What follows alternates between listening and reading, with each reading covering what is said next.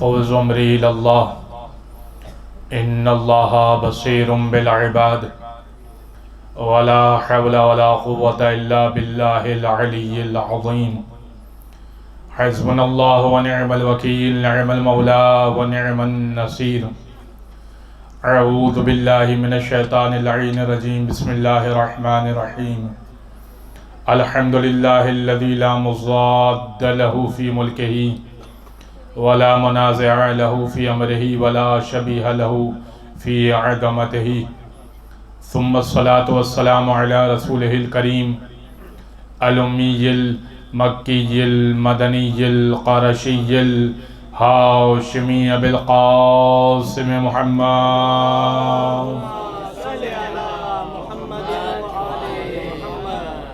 وعلى أهل بيته الطيبين الطاهرين واللعنة الدائمة على أعدائهم أجمعين من يوم ظلمهم وعداوتهم إلى قيام يوم الدين أما بعد فقد قال الله سبحانه وتعالى في محكم كتاب مبين بسم الله الرحمن الرحيم إذ ابتلى إبراهيم ربه بكلمات فأتمهن قال إني جاعلك للناس إماما قال ومن ذريتي قال لا ينال عهد الظالمين صلوات اللہ محمد وعلى محمد اللهم صل على محمد وعلى محمد۔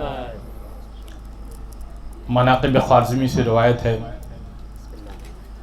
اور امام خوارزمی اہل سنت کے عالم دین ہیں۔ کتاب کا نام مناقب خوارزمی ہے اور راوی کا نام ابو علقمہ ہے۔ ابو علقمہ سے روایت ہے کہ ایک دن اللہ کے رسول نے نماز فجر کے بعد ہم تمام اصحاب کو روک لیا اور کہا کہ میں تم سب کو اپنا ایک خواب سنانا چاہتا ہوں۔ تو سب نے کہا کہ فرمائیے۔ کہ کل رات میں نے خواب دیکھا کہ میں نے چچا حمزہ کو دیکھا جو شہید ہو چکے تھے اور جناب جعفر طیار کو دیکھا اور ان کو جنت میں بلند مقامات پر پایا۔ میں نے ان دونوں سے سوال کیا، اہل سنت کی روایت پڑھ رہا ہوں، میں نے ان دونوں سے سوال کیا کہ ای الاعمال وجدتما الافضل، آپ دونوں نے کن اعمال کو جنت میں سب سے بہتر پایا؟ تو ان دونوں نے جواب دیا کہ یا رسول اللہ فدیناک بالآباء والاجداد والامہات، اے اللہ کے رسول ہماری مائیں ہمارے آبا و اجداد آپ پر قربان ہو جائیں۔ تین اعمال ایسے ہیں جو ہم نے ایسے پائے کہ جو جنت میں بہت بلند مرتبہ عطا کرتے ہیں۔ پہلا عمل، توجہ جانب، پہلا عمل الصلاۃ علیک، آپ پر درود بھیجنا سب سے افضل ہے۔ درود پڑھ دیں محمد وعلی محمد۔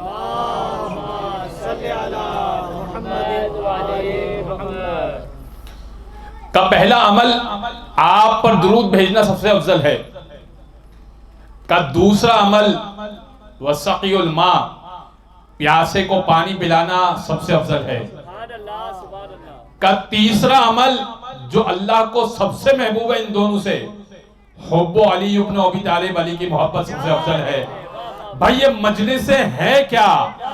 یا محمد مصطفیٰ پر درود بھیجا جا رہا ہے، یا پیاسے کے لیے سبیل کی جا رہی ہے، یا علی کی محبت کا اظہار کیا جا رہا ہے؟ یہ مجلس ہیں کیا؟ انہی تین چیزوں کی غمازی اور عکاسی تو کر رہی ہے۔ بازار گرامی، اس مرحلے پر میں آپ کو روکوں گا نہیں اور یہاں سے آگے بڑھ جاؤں گا۔ جو مرثیہ خواں ہمارے نصیر بھائی نے پیش کیا، مرثیہ پیش کیا، یاد رکھیے کہ سید الشہداء کی بارگاہ میں مرثیہ خانوں کی کیا عزت ہے اور ذکر ابا عبداللہ کی کیا عزت ہے. ایک روایت پڑھ کے، چونکہ مجھے ویسے ہی پڑھنا تھی اس لیے نہیں عرض کر رہا میں آپ کی خدمت میں کہ میری کوئی اٹیچمنٹ، کوئی دوستی یا کوئی رشتہ داری، یہ روایت اس لیے پیش کرنا مقصود ہے کہ اگر کسی بھی طریقے سے آپ ذکر ابا عبداللہ کر سکتے ہیں اپنے گھر میں، چاہے ایک مرثیے کی کتاب لے کر بیٹھ جائیے اور 2 شعر کہہ دیجئے ٹوٹے پھوٹے. میں بالکل سنجیدگی سے گفتگو کر رہا ہوں. کیوں؟ سنیے گا روایت. امام موسیٰ کاظم علیہ السلام، اللہم صلی علی محمد، شاعر تھا، مولا کا چاہنے والا تھا، بہت تنگ دست تھا. اس نے 3 اشعار لکھے. چاہا کہ مولا کو یہ ہدیہ کروں گا اور مولا یقیناً کچھ نہ کچھ عطا کریں گے، کیونکہ در اہل بیت سے کوئی خالی تو جاتا نہیں ہے. 3 اشعار اس نے لکھے سید الشہداء کے لیے، شاعر، اور اپنے گھر سے چلا امام موسیٰ کاظم کو سنانے کے لیے. امام کی خدمت میں جیسے ہی پہنچا، دق الباب کیا، خادم نے اندر بٹھایا. ابھی اس نے عرض مدعا بیان نہیں کیا، اپنا مقصد بیان نہیں کیا. جیسے ہی امام اس جگہ پر حجرے میں تشریف لائے، ابھی کہنا چاہتا تھا کہ امام کہنے لگے، فرمانے لگے دیکھیں یہ ہے امامت. امام فرمانے لگے تجھے تیرا مقصد بتاؤں کیوں آیا ہے؟ تو اشعار سنانے کے لیے آیا ہے، تو اشعار سنانے کے لیے آیا ہے. کہنے لگا بڑے تعجب کی بات ہے کہ آپ کو یہ معلوم کہ میں اشعار سنانے کے لیے آیا ہوں. امام نے کہا اور یہ بتا دوں کہ کتنے اشعار ہیں؟ اس نے کہا فرمائیے. کہ 3 شعر تو نے کہے ہیں. کہ فرزند رسول میں نے خدا کی قسم راستے میں کسی کو نہیں بتایا. امام نے کہا اور تیرے شعر کہے ہوئے میں سنا دوں؟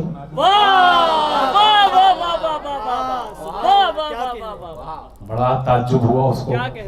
اس نے کہا فرزند رسول سنا دیجئے. اس کے کہے ہوئے شعر امام نے سنائے. اس نے کہا فرزند رسول تعجب کی بات ہے کہ شعر میں نے اپنے گھر میں کہے، سنا آپ رہے ہیں. امام کہنے لگے کیا سمجھتا ہے اس مسئلے کو؟ ایک ایک لفظ پہ جنت کا سودا ہوتا ہے، تو کیا الفاظ کاغذ و قلم کی زینت بننے سے پہلے جنت کے سوداگروں سے اجازت نہیں لیتے ہوں گے؟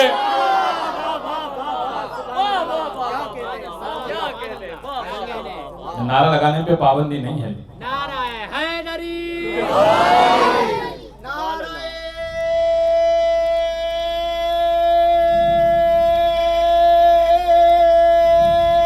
حیدری. یا علی، ماشاءاللہ ماشاءاللہ. یہ ہے امامت جو جانتی ہے کہ کس انداز سے ان کا محب کیا خدمت کر رہا ہے کس کونے پہ،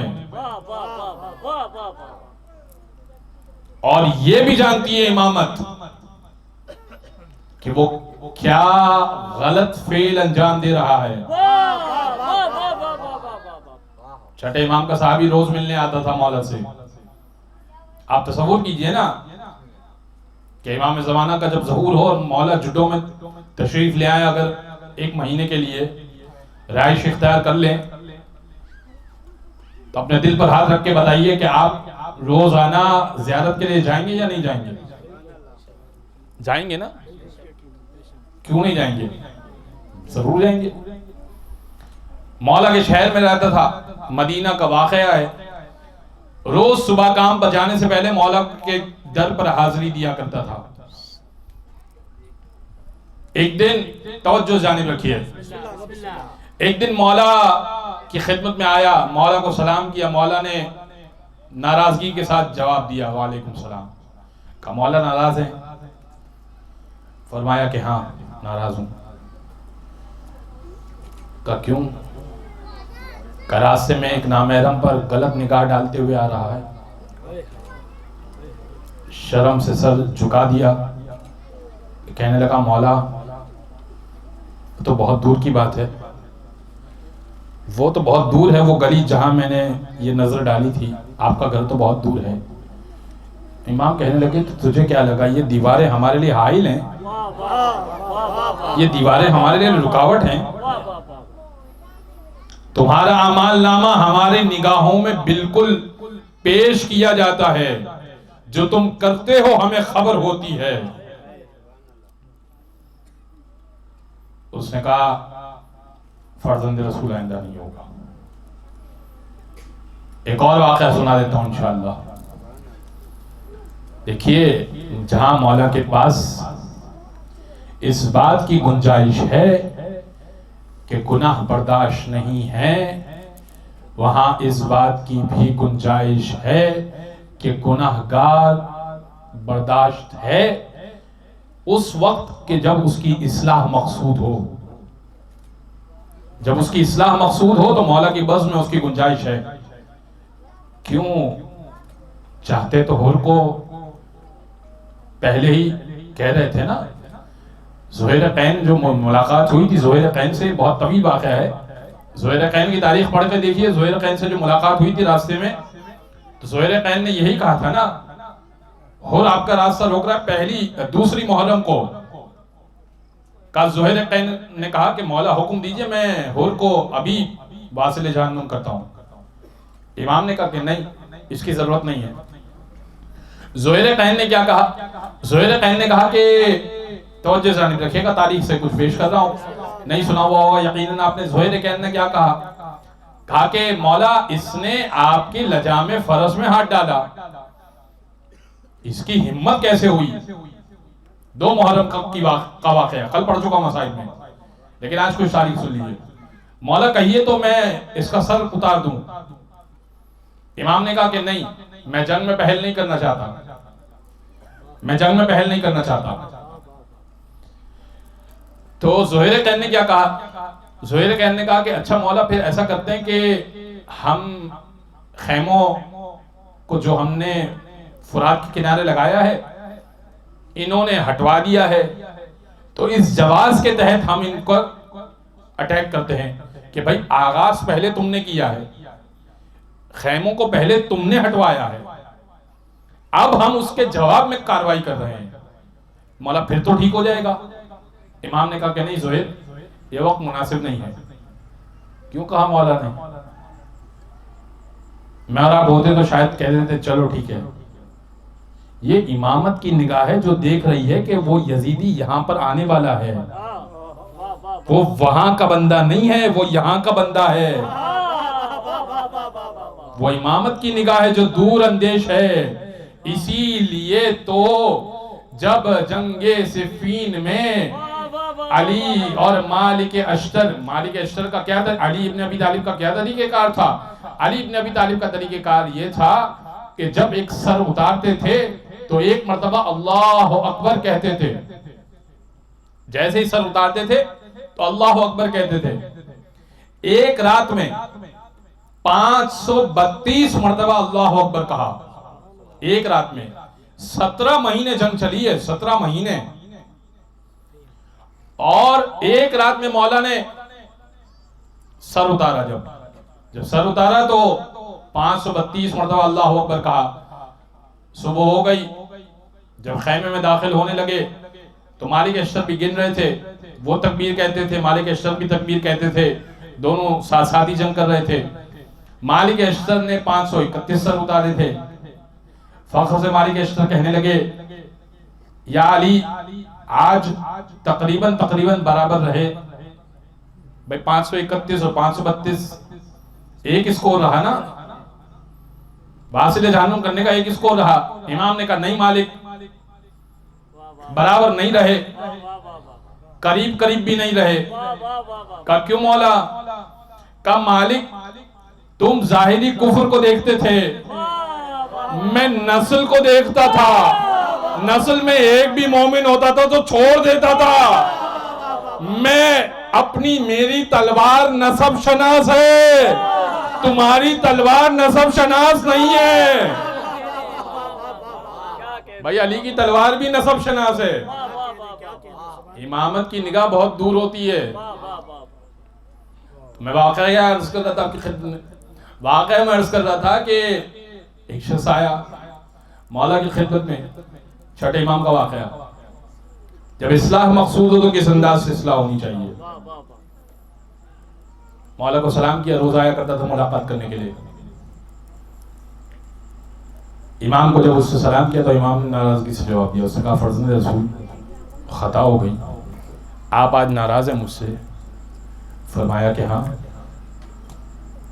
تم نے ہماری نسبت سے ایک سید کی توہین کی ہے.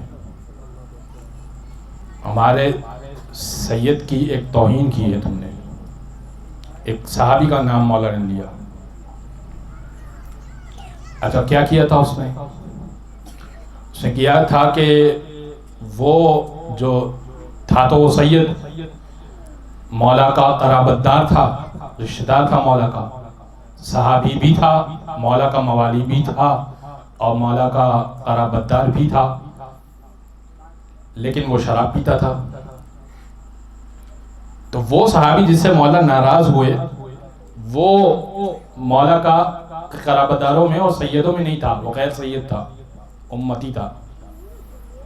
اچھا وہ شرابی جو صحابی تھا وہ ایک دن لڑکھڑاتے ہوئے اس کے گھر پہ گیا اور دروازے کو زور سے دستک دی. تو اس نے دروازہ کھولا. تھے تو دونوں ساتھ کے ہی, روز مولا کی بزم میں جاتے تھے. کہا تم شراب پی کر آئے ہو؟ کہا ہاں, لیکن گھر میں تم سے ملنے کے لیے آئے ہوں. کہا جاؤ یہاں سے, تم شراب پی کر آئے ہو. کہا یہ کہہ کے دروازہ بند کر دیا کہ نشے والے شخص کو ہم نہیں بٹھاتے اپنے گھر میں. کہا مولا وہ نشہ کر کے آیا تھا, میں کیسے بٹھاتا اپنے گھر میں. امام نے کہا میری نسبت کا خیال رکھ لیتے, میری نسبت کا خیال رکھ لیتے. اس نے کہا مولا آئندہ ایسا نہیں ہوگا. ایسا پھر ایک دن ہوا. پھر وہ نشہ چونکہ عادی تھا, پھر وہ شراب پی کر آیا. پھر اس کے گھر پہ آیا ملنے کے لیے. اس نے دروازہ کھولا, عزت سے بٹھایا, اس کے قدم چومے, ہاتھ چومے, اس کو پانی پیش کیا. کہا کہ آرام کرنا ہے تو آرام کرو, کھانا کھانا ہے تو کھانا کھاؤ. جب اس کا نشہ اترا تو وہ پریشان ہو گیا. اس نے کہا کہ بھائی یہ کیا بات ہے, اس دن تو تم نے دھکا دے کے دروازہ بند کر دیا تھا اور آج تو تم اتنی عزت دے رہے ہو, جبکہ میں تو بڑا گناہگار ہوں, سب کو پتا ہے کہ میں عادی شرابی ہوں. اس نے کہا مولا نے ایسا کہا تھا تمہارے بارے میں. کہا مولا میری اتنی پرواہ کرتے ہیں. واہ واہ واہ واہ واہ. کہا مولا میری اتنی پرواہ کرتے ہیں, آج سے میں شراب نہیں پیوں گا. واہ واہ واہ واہ واہ واہ واہ. یہ ہے اصلاح کا طریقہ. کیا کہہ رہے, واہ واہ اللہ. امام ایسے اصلاح کیا کرتا ہے. واہ واہ. بزرگ گرامی میں اپنے عنوان سے متصل ہو جاؤں. آیت جو میں نے آپ کی خدمت پیش کی, اس عنوان کو مجھے سمیٹ کر کل سے انشاءاللہ ایک نئی آیت امامت کے عنوان سے پیش کرنی ہے, کیونکہ آج اس آیت کو خلاصہ کر کے آپ کو نتیجے تک پہنچانا ہے. کیوں میں 3 دن سے امامت, تیسرے دن بھی امامت کا ابراہیم کا تذکرہ کر رہا ہوں اور امامت رسالت کا تذکرہ کیوں نہیں کر رہا, وہ انشاءاللہ نتیجہ جب پہنچیں گے تو انشاءاللہ آپ محسوس ہوں گے. میں نے کل عرض کیا تھا آپ کی خدمت میں کہ ابراہیم کو 30 امتحانات اللہ نے آزمایا. 30 امتحانات میں ان میں سے 3 بڑے امتحانات, ایک مال کا امتحان, ایک بیٹے کا امتحان, اولاد کا امتحان, ایک اور امتحان جو جان کا امتحان تھا. سب واقف ہیں وہ جان کا امتحان کیا تھا. ابراہیم نے کیا تھا کہ وہ ان کے والد تارخ, ماں کا نام مختلف ملتا ہے, تونا بھی ملتا ہے, مونا بھی ملتا ہے. ابراہیم کی ماں کا نام, باپ کا بعض روایت میں ہے کہ وہ بت پرست تھے, بعض نے لکھا کہ نہیں وہ چچا تھے جو بت پرست تھے، آزر نام کے چچا تھے وہ بت پرست تھے. بہرحال مختلف تاریخ، بہت چونکہ قدیم تاریخ ابراہیم کی لہذا بہت مختلف باتیں ہیں، لیکن بہرحال ابراہیم کیا کیا کرتے تھے؟ چونکہ اللہ کے نبی تھے تو وہ تبلیغ کا ان کا انداز کیا تھا؟ چھوٹے چھوٹے انہوں نے بت خرید کے رکھے تھے، یعنی لے کے رکھے تھے، اور ابراہیم بت بیچا کرتے تھے. یہ شریعت محمدی میں تو خیر حرام ہے، لیکن نبی اگر کوئی کام کرے تو وہ حکمت سے خالی نہیں ہوتا. کیا کہہ کے بیچتے تھے؟ آ جاؤ مجھ سے وہ کھلونے خرید لو جو نہ بول سکتے ہیں، نہ دیکھ سکتے ہیں، نہ کچھ کر سکتے ہیں. اب ذلیل بھی کر رہے ہیں اور بیچ بھی رہے ہیں. اب جس کو بت چاہیے ہوتا تھا وہ آ جاتا تھا، کیونکہ بہرحال پوجا تو کرنی تھی، اور ہر طرح کے بت ابراہیم کے پاس ہوا کرتے تھے. سلوگن ان کا، انسان کا ہوتا ہے نا کہ بزنس کا سلوگن ہوتا ہے، بزنس کرنے کا ایک سلوگن ہوتا ہے. ایڈ کی ایک ٹائٹل لائن ہوتی ہے، وہ ٹائٹل لائن ان کی ایڈ کی یہی تھی کہ وہ ٹوٹے پھوٹے کھلونے لے لو جو کچھ بھی نہیں کر سکتے. کوئی آتا تھا تو کہتا تھا کہ ہمارا خدا دے دینا، کہ بھائی یہ تو کچھ نہیں کر سکتے، میں دے دیتا ہوں. اب عید کا دن تھا، وہ بت پرستوں کی عید کا دن تھا. پورا شہر گیا ہوا تھا عید منانے کے لیے شہر سے باہر، اور جو بت کدا تھا جس میں بڑا بت رکھا ہوا تھا، بہت بڑا بت، ابراہیم نے سارے بتوں کو توڑ دیا. اور اچھا سب کو معلوم تھا کہ ابراہیم بتوں کے خلاف ہیں. شہر میں علل اعلان یہ کہا کرتے تھے کہ یہ تو کچھ بھی نہیں کر سکتے، یہ تو مکھی نہیں ہٹا سکتے، ان کے ناک پر اگر مکھی بیٹھ جائے. اس سے بہترین واقعہ یاد آ گیا کہ منصور دوانقی چھٹے امام کا قاتل تھا. منصور دوانقی یاد رکھے بچے، چھٹے امام کا قاتل منصور دوانقی تھا. ایک دن اس نے امام کو بلایا، تخت پہ بٹھایا، تو ایک مکھی بار بار تنگ کر رہی تھی ناک پہ. تو اس سے بار بار مکھی ہٹاتا تھا، بار بار آ کے بیٹھ جاتی تھی. ایک مرتبہ دل ملا کے کہتا ہے فرزند رسول اللہ نے یہ مکھی کیوں بنائی ہے؟ نہ بناتا کیا فرق پڑ جاتا؟ امام نے کہا تجھ جیسے کو تیری اوقات یاد دلانے کے لیے، جو ایک مکھی پہ حکومت نہیں کر سکتا وہ خلیفۃ المسلمین بنا بیٹھا ہے.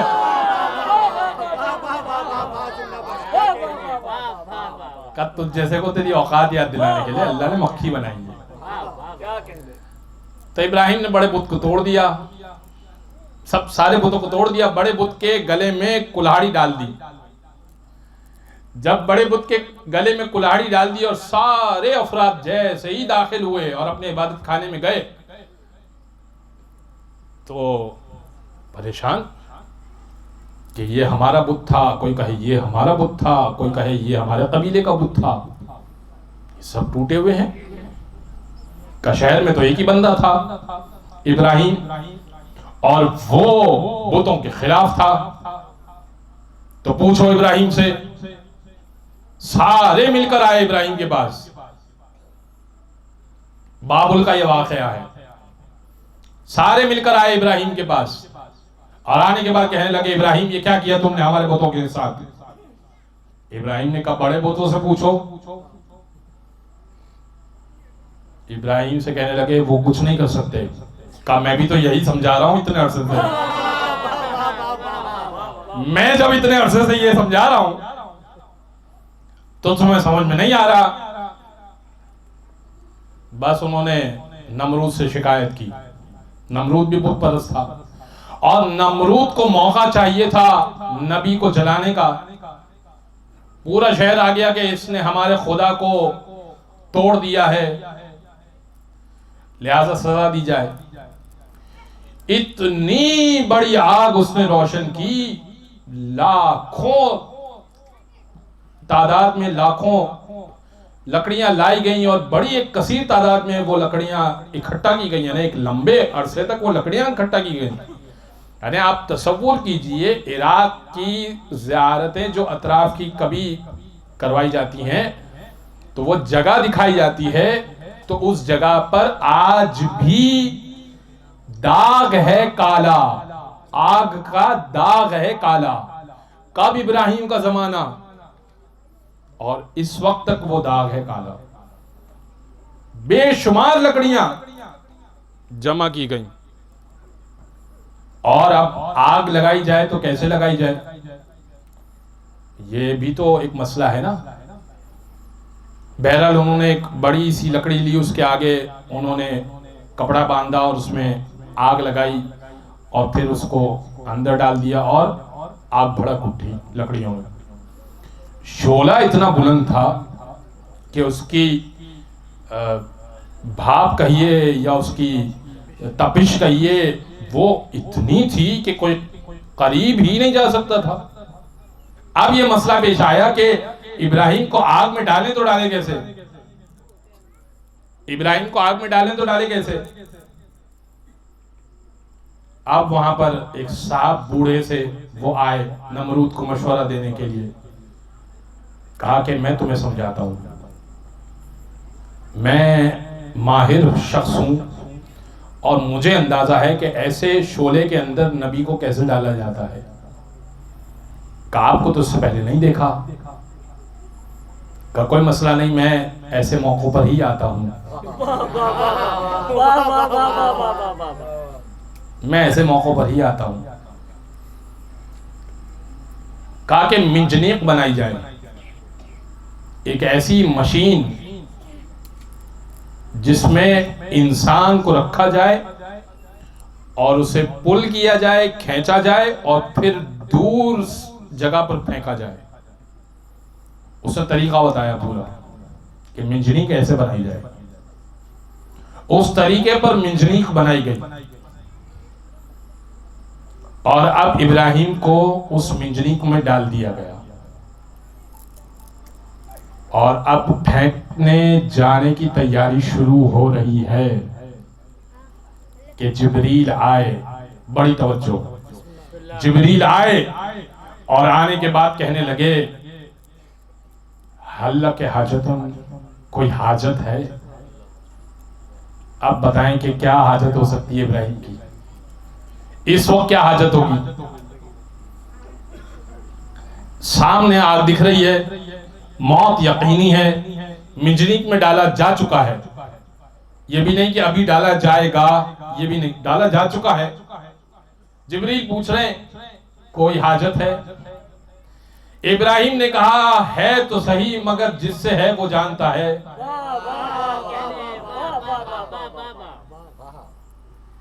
اب یہاں سوال پیدا ہو سکتا ہے کہ جبریل سے مدد نہیں مانگی ابراہیم نے، تو اللہ سے مدد مانگی، تو حضور جبریل نے یہ دعویٰ نہیں کیا تھا کہ میں مشکل کشا ہوں؟ جبریل نے تو دعویٰ نہیں کیا میں مشکل کشا ہوں، بس ایک مرتبہ ابراہیم کو آگ میں ڈالا گیا، اللہ کی آواز آئی یا نارو کونی بردم و سلامن علی ابراہیم، اے آگ ٹھنڈی بھی ہو جا، سلامتی والی بھی ہو جا علی ابراہیم، ابراہیم پر۔ جیسے ہی آگ میں پہنچنے والے تھے کہ آگ گلزار بن گئی۔ اب نتیجے کی حدیث آپ کو پیش کر رہا ہوں، ابراہیم کو امامت مل گئی اس مقام پر۔ نتیجے کی آیت آپ کی خدمت میں، نتیجے کی حدیث آپ کی خدمت پیش کر رہا ہوں۔ چھٹے امام سے کسی نے سوال کیا، مولا یہ بتائیے کہ آپ کی امامت میں اور ابراہیم کی امامت میں فرق کیا ہے؟ قرآن کہہ رہا انی جاعلک للناس اماما، ابراہیم ہم نے آپ کو انسانیت کا امام بنایا، آپ بھی دعوی امامت کرتے ہیں، ابراہیم کے لیے بھی امامت کو اللہ نے رکھا، فرق کیا ہے دونوں میں؟ دونوں برابر تو نہیں ہو گئے؟ امام کہنے لگے ابراہیم امتحانات کے بعد امام بنے ہیں، ہم امام بننے کے بعد امتحان دیتے ہیں۔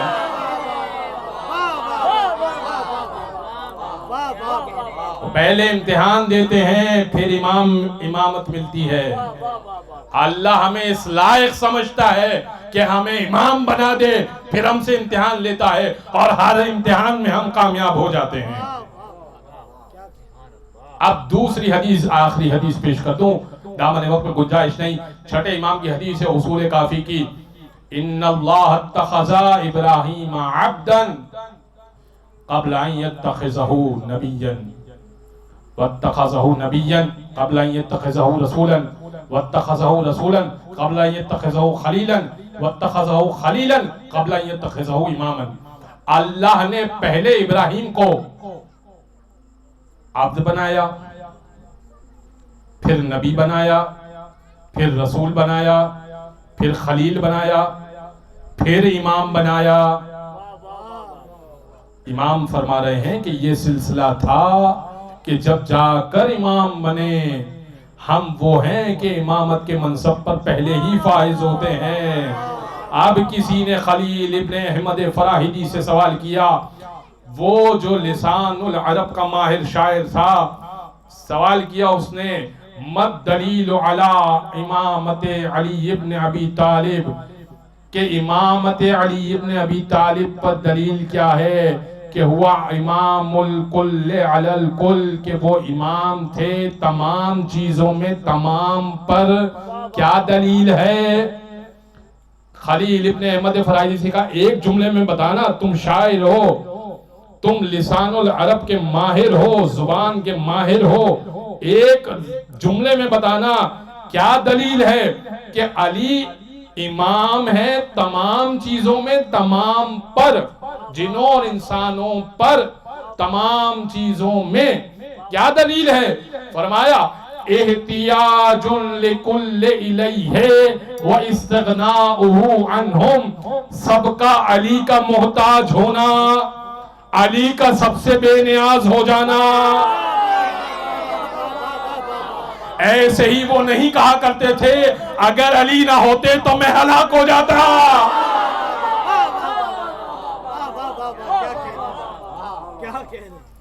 بس حضرات گرامی، آپ کی بیدار سماعتوں کی نظر آج یہی گفتگو رکے گی، کل انشاءاللہ ایک نئی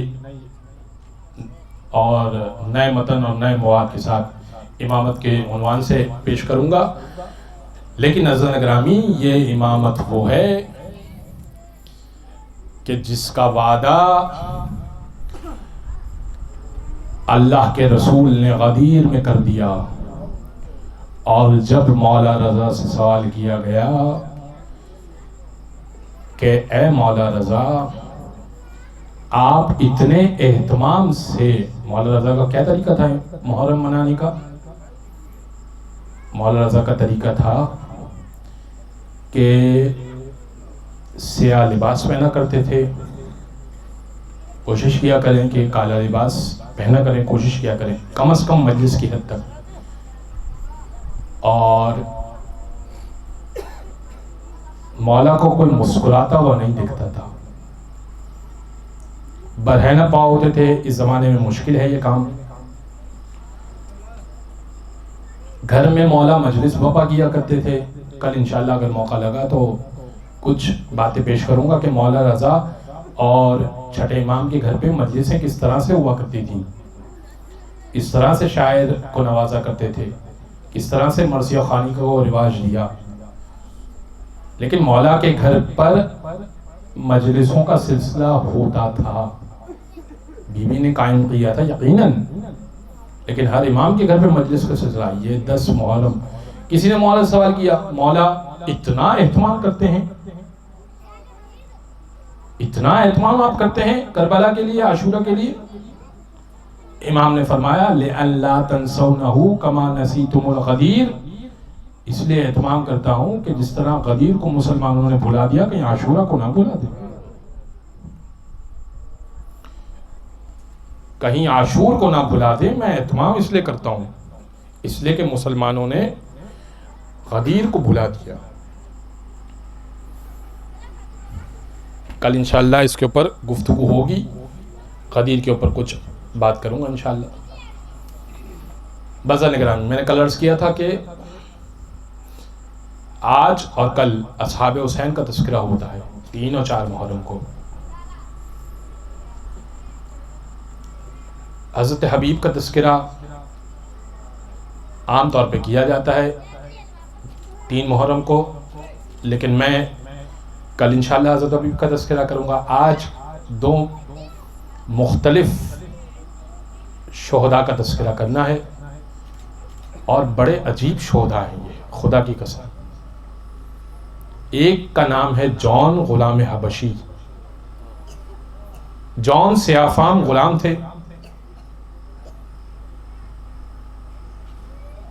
سیاہ فام غلام، حبشی غلام، افریقن،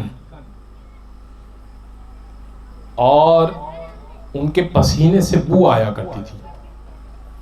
مولا کے غلام تھے. آئے مولا کے پاس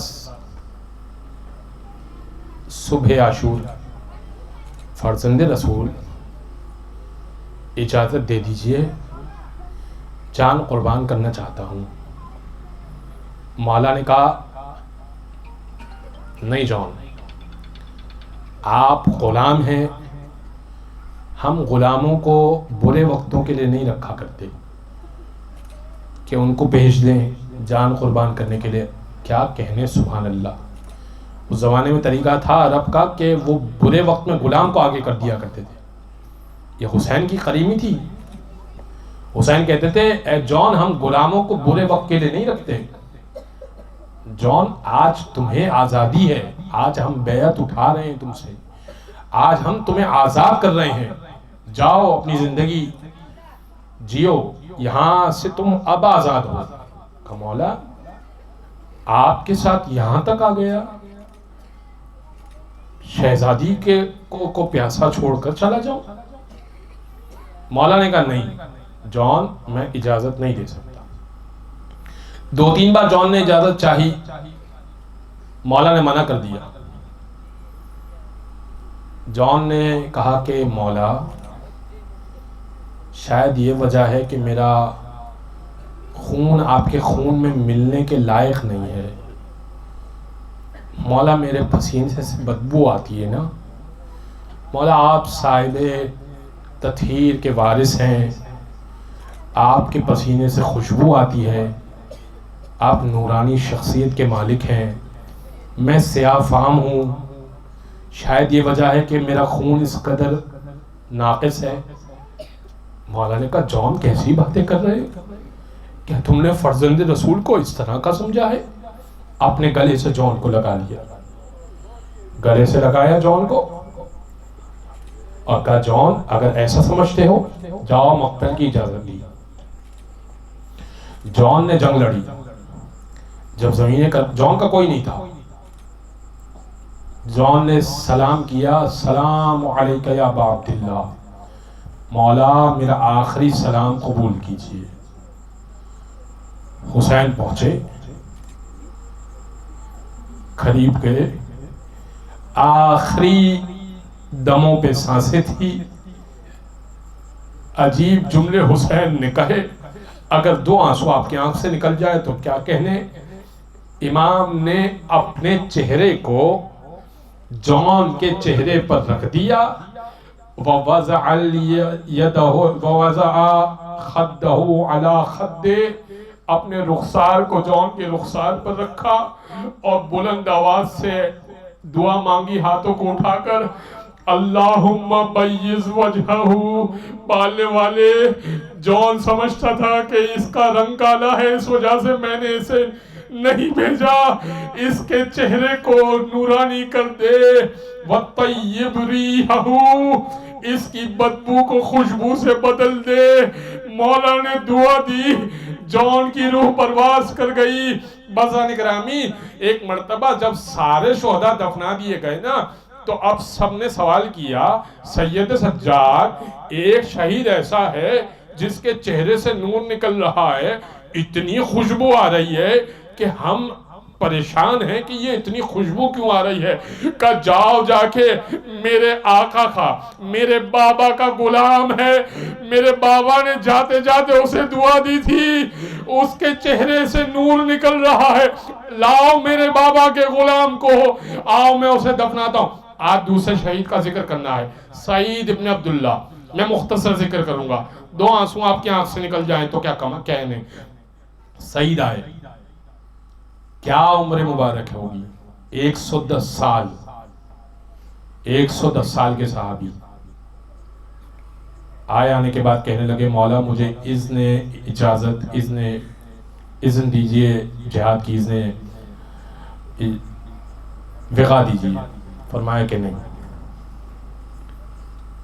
بہت اصرار کیا تو فرمایا کہ سعید آپ کو اندازہ ہے کہ آپ کے ہاتھوں میں لاشا ہے,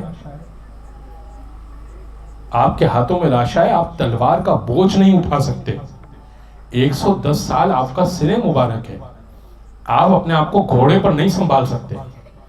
سعید نے کہا مولا میں نے اپنے لیے کام ڈھونڈ لیا. کہ سعید کیا کام کریں گے, دیکھیں یہ ہے کربلا کا شہید. سعید کیا کام کریں گے. کہا مولا ابھی آپ جماعت کروائیں گے نا, آپ کی طرف اشقیہ تیر پھینکیں گے, میں آپ کے آگے کھڑا ہو جاؤں گا, ان بوڑھی ہڈیوں میں اتنی طاقت تو ہے کہ اپنے سینے پر تیر لیتا جاؤں گا, آپ کی نماز کو بچا لوں گا. سعید ابن عبداللہ آگے کھڑے ہو گئے, بالا نے اللہ اکبر کہا, ظہر کی نماز ہو رہی ہے, اللہ اکبر کہا. سعید آگے کھڑے ہو گئے, کہنے لگے پالنے والے اتنی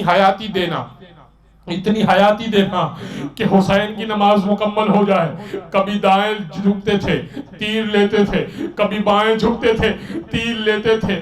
6 تیر اپنے جسم پہ کھائے, اور جیسے ہی مولا نے کہا السلام علیکم ورحمت اللہ, سعید زمین کربلا پر گر گئے.